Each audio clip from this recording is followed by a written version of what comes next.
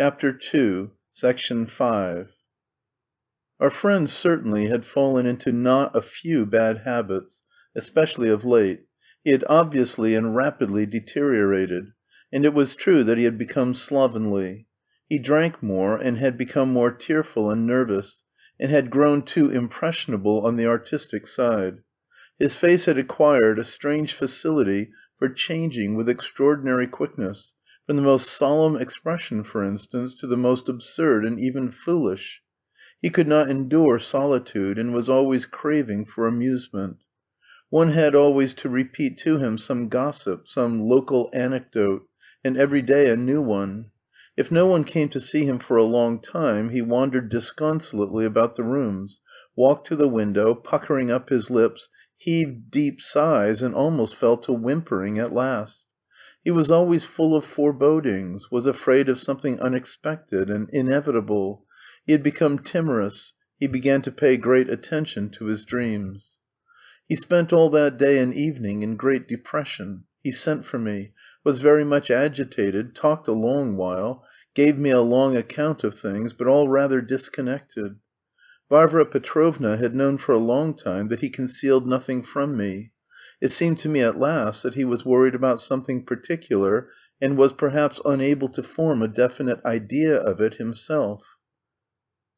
As a rule, when we met tête à tête, and he began making long complaints to me, a bottle was almost always brought in after a little time, and things became much more comfortable. This time there was no wine, and he was evidently struggling all the while against the desire to send for it. "And why is she always so cross?" he complained every minute, like a child. "Tous les hommes de génie et de progrès en Russie étaient, sont et seront toujours des gamblers et des drunkards qui boivent in outbreaks. And I'm not such a gambler after all. And I'm not such a drunkard. She reproaches me for not writing anything. Strange idea. She asks why I lie down. She says I ought to stand, an example and reproach. Mais entre nous soit dit, what is a man to do who is destined to stand as a reproach, if not to lie down? Does she understand that?" And at last it became clear to me what was the chief particular trouble which was worrying him so persistently at this time. Many times that evening he went to the looking-glass and stood a long while before it. At last he turned from the looking-glass to me, and with a sort of strange despair said, "Mon cher, je suis un broken down man." Yes, certainly up to that time, up to that very day, there was one thing only of which he had always felt confident in spite of the new views, and of the change in Varvara Petrovna's ideas. That was the conviction that still he had a fascination for her feminine heart, not simply as an exile or a celebrated man of learning, but as a handsome man. For 20 years this soothing and flattering opinion had been rooted in his mind, and perhaps of all his convictions this was the hardest to part with. Had he any presentiment that evening of the colossal ordeal which was preparing for him in the immediate future? Section 6. I will now enter upon the description of that almost forgotten incident with which my story, properly speaking, begins. At last, at the very end of August, the Drozdovs returned. Their arrival made a considerable sensation in local society, and took place shortly before their relation, our new governor's wife, made her long expected appearance. But of all these interesting events I will speak later. For the present I will confine myself to saying that Praskovya Ivanovna brought Varvara Petrovna, who was expecting her so impatiently, a most perplexing problem. Nikolai had parted from them in July, and meeting Count K. on the Rhine, had set off with him and his family for Petersburg. Note: the Count's 3 daughters were all of marriageable age.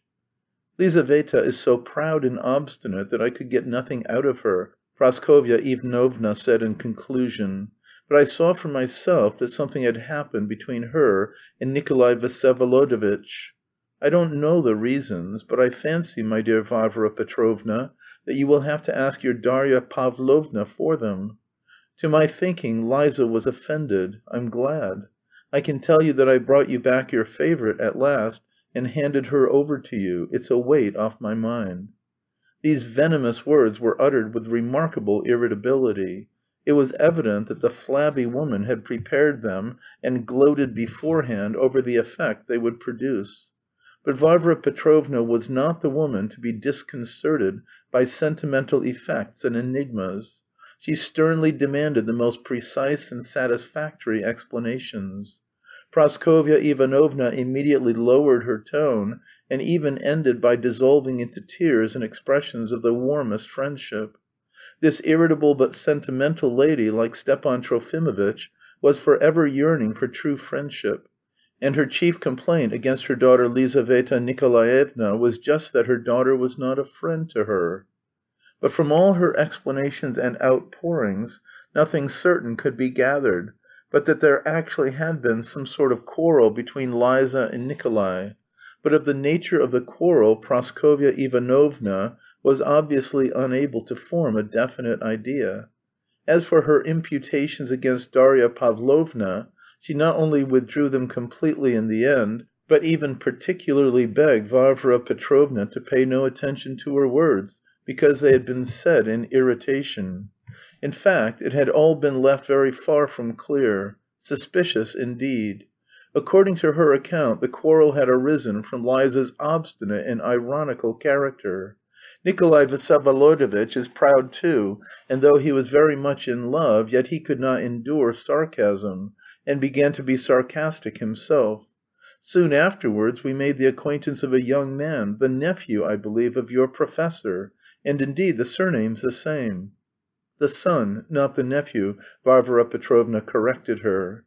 Even in old days Praskovya Ivanovna had been always unable to recall Stepan Trofimovitch's name, and had always called him the professor. Well, his son then, so much the better. Of course, it's all the same to me. An ordinary young man, very lively and free in his manners, but nothing special in him. Well then, Liza herself did wrong. She made friends with the young man with the idea of making Nikolay Vsyevolodovitch jealous. I don't see much harm in that. It's the way of girls, quite usual, even charming in them. Only instead of being jealous, Nikolay Vsyevolodovitch made friends with the young man himself, just as though he saw nothing and didn't care. This made Liza furious. The young man soon went away he was in a great hurry to get somewhere and Liza took to picking quarrels with Nikolay Vsyevolodovitch at every opportunity. She noticed that he used sometimes to talk to Dasha. And well, she got in such a frantic state that even my life wasn't worth living, my dear. The doctors have forbidden my being irritated. I was so sick of their lake they make such a fuss about. It simply gave me toothache, I had such rheumatism. It's stated in print that the Lake of Geneva does give people the toothache. It's a feature of the place. Then Nikolay Vsyevolodovitch suddenly got a letter from the countess and he left us at once. He packed up in one day. They parted in a friendly way, and Liza became very cheerful and frivolous, and laughed a great deal seeing him off, only that was all put on. When he had gone she became very thoughtful, and she gave up speaking of him altogether, and wouldn't let me mention his name. And I should advise you, dear Varvara Petrovna, not to approach the subject with Liza, you'll only do harm. But if you hold your tongue she'll begin to talk of it herself, and then you'll learn more. I believe they'll come together again, if only Nikolay Vsyevolodovitch doesn't put off coming as he promised. I'll write to him at once. If that's how it was, there was nothing in the quarrel, all nonsense. And I know Darya too well. It's nonsense. I'm sorry for what I said about Dashenka. I did wrong.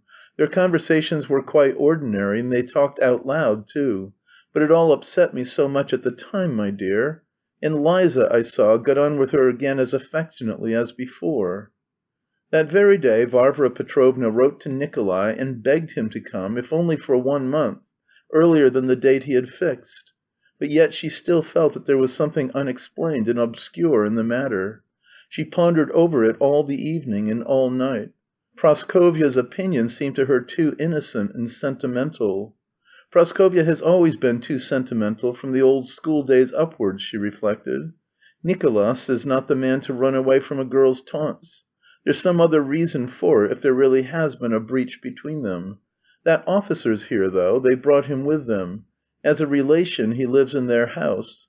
And as for Darya, Praskovya was in too much haste to apologize. She must have kept something to herself which she wouldn't tell me." By the morning Varvara Petrovna had matured a project for putting a stop once for all to one misunderstanding at least, a project amazing in its unexpectedness. What was in her heart when she conceived it? It would be hard to decide, and I will not undertake to explain beforehand all the incongruities of which it was made up. I simply confine myself as chronicler to recording events precisely as they happened, and it is not my fault if they seem incredible. Yet I must once more testify that by the morning there was not the least suspicion of Dasha left in Varvara Petrovna's mind, though in reality there never had been any. She had too much confidence in her. Besides, she could not admit the idea that Nicolas could be attracted by her Darya. Next morning, when Darya Pavlovna was pouring out tea at the table, Varvara Petrovna looked for a long while intently at her, and perhaps for the 20th time since the previous day repeated to herself, "It's all nonsense." All she noticed was that Dasha looked rather tired, and that she was even quieter and more apathetic than she used to be. After their morning tea, according to their invariable custom, they sat down to needlework. Varvara Petrovna demanded from her a full account of her impressions abroad, especially of nature, of the inhabitants, of the towns, the customs, their arts and commerce, of everything she had time to observe. She asked no questions about the Drozdovs, or how she had got on with them.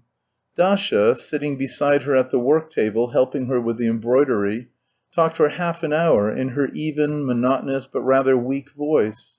"Darya," Varvara Petrovna interrupted suddenly, "is there nothing special you want to tell me?" "No, nothing," said Dasha, after a moment's thought, and she glanced at Varvara Petrovna with her light-coloured eyes. "Nothing on your soul, on your heart, or your conscience?"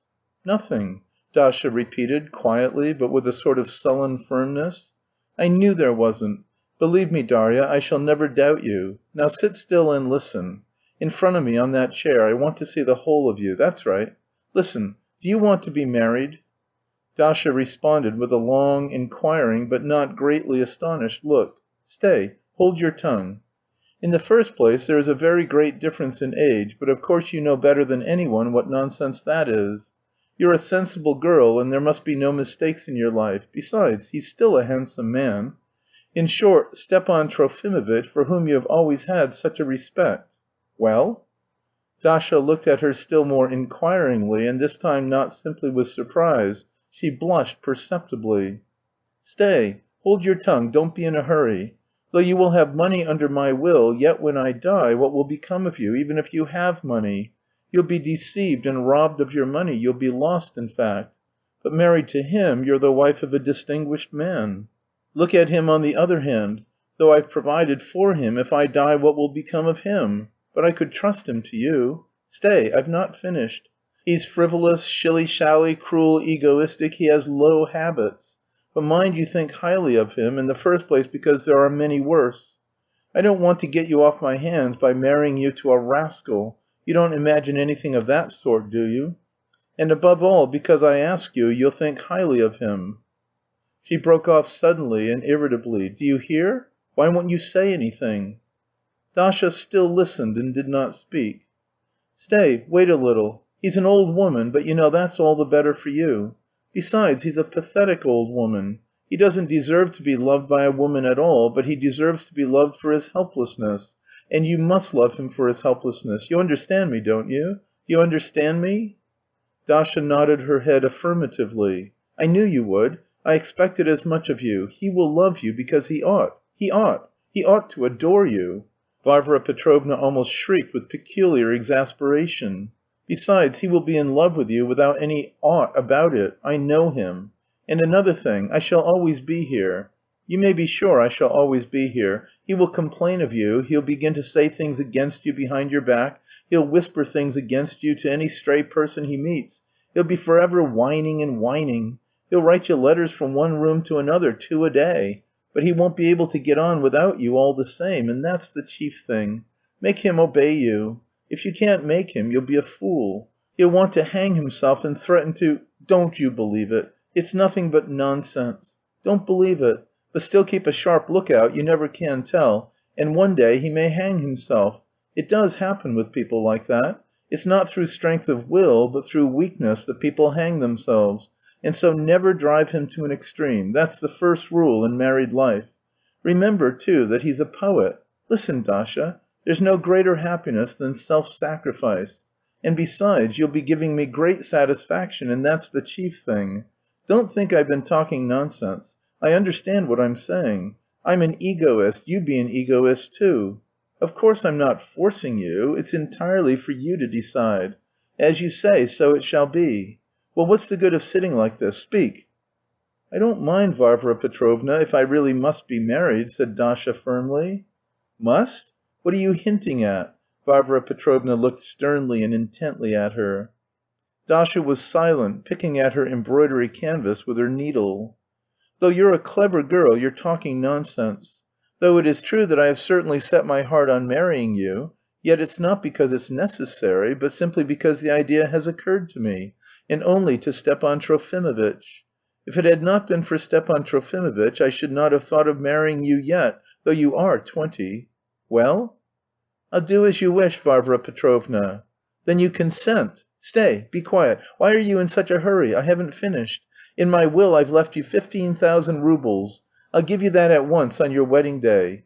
You will give 8,000 of it to him, that is, not to him, but to me. He has a debt of 8,000. I'll pay it, but he must know that it is done with your money. You'll have 7,000 left in your hands. Never let him touch a farthing of it. Don't pay his debts ever. If once you pay them, you'll never be free of them. Besides, I shall always be here. You shall have 1,200 roubles a year from me, with extras, 1,500, besides board and lodging, which shall be at my expense, just as he has it now. Only you must set up your own servants. Your yearly allowance shall be paid to you all at once, straight into your hands. But be kind, and sometimes give him something, and let his friends come to see him once a week, but if they come more often, turn them out. But I shall be here too. And if I die, your pension will go on till his death, do you hear? Till his death, for it's his pension, not yours. And besides the 7,000 you'll have now, which you ought to keep untouched if you're not foolish, I'll leave you another 8,000 in my will. And you'll get nothing more than that from me, it's right that you should know it. Come, you consent, eh? Will you say something at last?" "I have told you already, Varvara Petrovna." "Remember that you're free to decide. As you like, so it shall be." "Then, may I ask, Varvara Petrovna, has Stepan Trofimovitch said anything yet?" "No, he hasn't said anything, he doesn't know. But he will speak directly." She jumped up at once and threw on a black shawl. Dasha flushed a little again, and watched her with questioning eyes. Varvara Petrovna turned suddenly to her with a face flaming with anger. "You're a fool." She swooped down on her like a hawk. "An ungrateful fool. What's in your mind? Can you imagine that I'd compromise you in any way, in the smallest degree? Why, he shall crawl on his knees to ask you. He must be dying of happiness. That's how it shall be arranged. Why, you know that I'd never let you suffer. Or do you suppose he'll take you for the sake of that 8,000, and that I'm hurrying off to sell you? You're a fool, a fool. You're all ungrateful fools. Give me my umbrella." And she flew off to walk by the wet brick pavements and the wooden planks to Stepan Trofimovitch's. Chapter 2, Section 6.